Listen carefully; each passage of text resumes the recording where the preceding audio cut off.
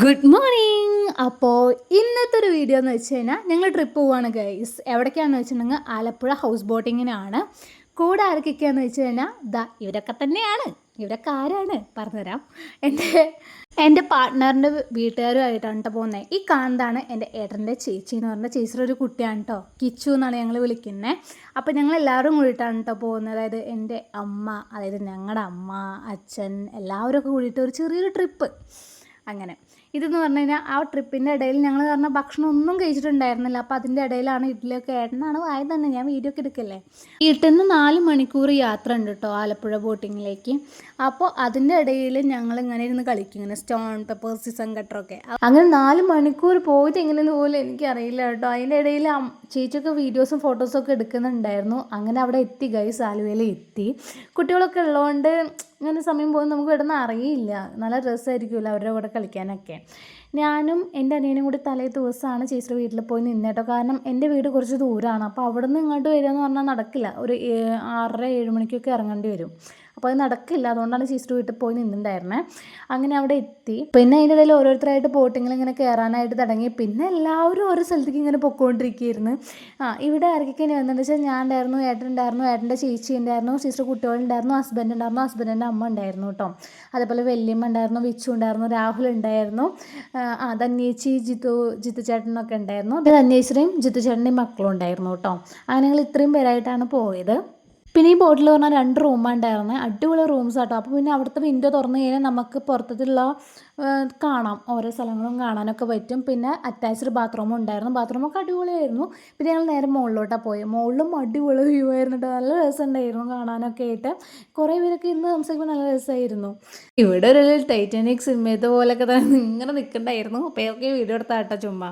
പിന്നെ അവിടെ ഒരു വിൻഡോ കണ്ടു. അപ്പോൾ പിന്നെ അതിൻ്റെ ഉള്ളിലേക്ക് ഒന്ന് കയറി നോക്കിയിട്ട് എന്താണെന്ന് അറിയാൻ വേണ്ടിയിട്ട്. അപ്പോൾ അവിടെ പോയി നോക്കിയപ്പോഴും നല്ലൊരു വ്യൂ തന്നെ കിട്ടിയിട്ടുണ്ടായിരുന്നു. അടിപൊളിയായിരുന്നു സ്ഥലങ്ങൾ.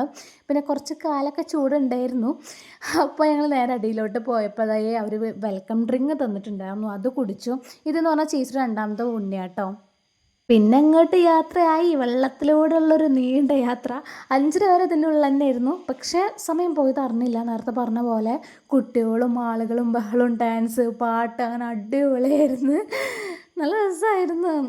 പിന്നെ വേറൊരു സന്തോഷം എന്താണെന്ന് വെച്ചാൽ, അതേപോലെ അന്ന് കിച്ചുവിൻ്റെ ബർത്ത്ഡേ ആയിരുന്നു. ഞങ്ങൾ അവിടെ വെച്ചിട്ടാണ് കേക്ക് മുറിച്ചേട്ടോ. കിച്ചുവിന് ഭയങ്കര സന്തോഷമായി.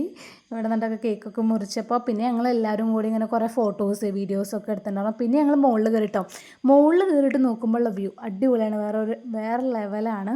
എനിക്ക് ഭയങ്കര ഇഷ്ടപ്പെട്ടു. നിങ്ങൾ വെക്കേഷൻ സമയത്ത് എവിടേക്കെങ്കിലും പോകണമെന്ന് ആഗ്രഹിക്കണമെങ്കിൽ ജസ്റ്റ് എവിടേക്കെങ്കിലും ഒന്ന് പോയി നോക്കി നോക്ക്. ഭയങ്കര റിഫ്രഷ്മെൻ്റ് ആണ്. അതേപോലെ നിറച്ച് പച്ചപ്പും കാര്യങ്ങളുമാണ്. അങ്ങനെ അടിയിലോട്ട് പോയപ്പോൾ അതേ കുട്ടികളുടെ ബഹളവും കളിയും ചിരിയൊക്കെ ആയിട്ട് ഞാനും കുറച്ചേരം അവരുടെ കൂടെയൊക്കെ കൂടി. പിന്നെ ഇത് ഈ കാണുന്നുണ്ടല്ലോ, അതിൽ ഞങ്ങൾ കയറിയിടാം. ഞങ്ങൾ 6 പേര് കൂടി കയറിയ ശേഷം എന്താ സംഭവിച്ച വീഡിയോ എടുക്കാൻ പറ്റിയില്ല. കാരണം വീഡിയോ ഒക്കെ എടുത്ത് കഴിഞ്ഞാൽ ഫോൺ താഴത്തോട്ടാണ്. പിന്നെ യൂട്യൂബും പറ്റില്ല, വീഡിയോസ് എടുക്കാനില്ല, ഒന്നിനും പറ്റില്ല. ഫോണൊന്നിനും പറ്റില്ല എന്നർത്ഥം മനസ്സിലായോ. അത് കഴിഞ്ഞ് ഫുഡൊക്കെ കഴിച്ചു. ഫുഡ് കഴിച്ച് കഴിഞ്ഞിട്ടോ അങ്ങനെ അതിന് കയറിയിട്ടുണ്ടായിരുന്നേ. കുറേ വിവിധ സമൃദ്ധമായ ഫുഡുകളൊക്കെ ഉണ്ടായിരുന്നു. ഈ മീനൊക്കെ ഞാൻ വെറുതെ കാട്ടിയതാണ്, ഞാൻ കഴിച്ചൊന്നുമില്ല. പിന്നെ അനിയനും കിച്ചും കൂടിയിട്ട് ഭയങ്കര കളിയാണ്. അപ്പോൾ അതൊക്കെ എടുത്താണ്. ഇത് റൂമിൻ്റെ ഉള്ളിൽ ഇരിക്കുമ്പോൾ ഒരു വ്യൂ ആണേ.